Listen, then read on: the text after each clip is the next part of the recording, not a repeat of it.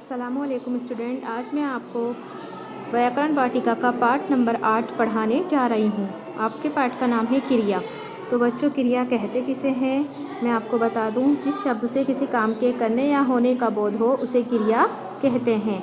जैसे दीपिका रस्सी कूद रही है, निगार गुड़िया से खेल रही है, सूर्यन मोमबत्ती जला रहा है।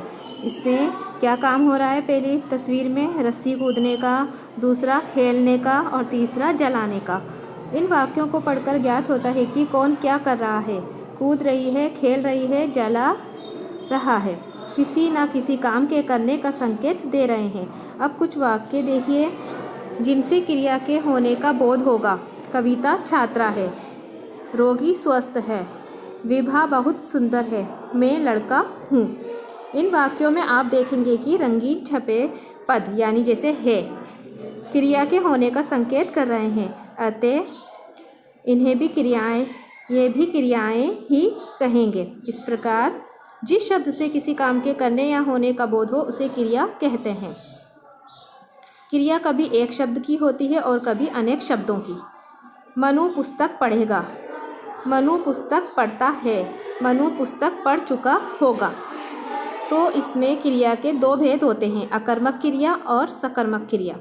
पहले हम पढ़ेंगे अकर्मक क्रिया। इन वाक्यों को देखिए। कनिका सोती है, रहमान हंसता है। सोती है, हंसता है। सोती है, हंसता है क्रियाओं का फल सीधे कर्ता पर ही पड़ रहा है, यानी काम करने वाले पर पड़ रहा है। अतः ये अकर्मक क्रियाएं हैं। यहाँ क्रिया का कोई कर्म नहीं है, यानी सिर्फ काम हो रहा है, इसका कोई करने वाला नहीं है। ऐसी क्रियाओं को कर्म की अपेक्षा नहीं रहती। हंसना, रोना, जागना, सोना, डूबना, डरना, चलना, बैठना, भागना, उठना आदि अकर्मक क्रियाएं हैं। इसी तरह है सकर्मक क्रिया। इन वाक्यों को समझिए। नेहा पुस्तक पढ़ती है। क्या पढ़ती है? पुस्तक पढ़ती है। ताबिश सेब खाता है। इन वाक्यों में पढ़ती है और खाता है क्रियाएं हैं। पहले वाक्य में नेहा कर्ता यानी काम करने वाली है। क्या पढ़ती है? पुस्तक। जो इस वाक्य में कर्म है, यहाँ क्रिया का फल कर्म पर पड़ता है। क्रिया का फल यानी जो काम हो रहा है उसका फल किस पर पड़ता है? करने वाले पर, कर्म पर। और क्रिया कर्म की अपेक्षा भी रखती है। अतः यहाँ सकर्मक क्रिया है। इसी प्रकार दूसरे वाक्य में भी सेब कर्म है और खाता है क्रिया।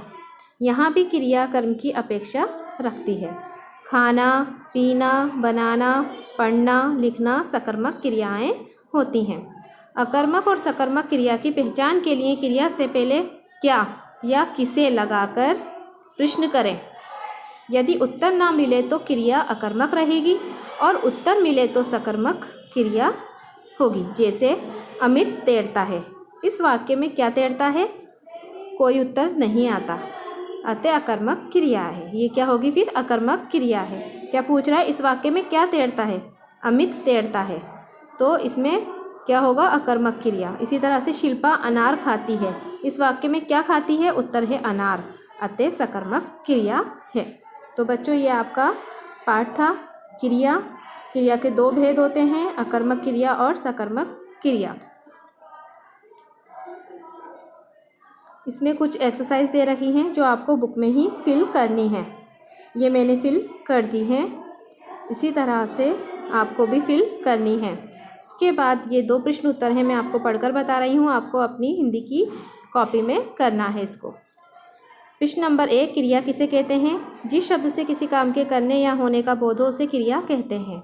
प्रश्न नंबर 2, क्रिया के कितने भेद हैं उनके नाम लिखिए। क्रिया के दो भेद हैं, अकर्मक क्रिया और सकर्मक क्रिया। तो बच्चों, ये पाठ आपको पढ़ना है और अपनी हिंदी की कॉपी में इसका काम करना है। अपना ख्याल रखिए। अल्लाह हाफिज़।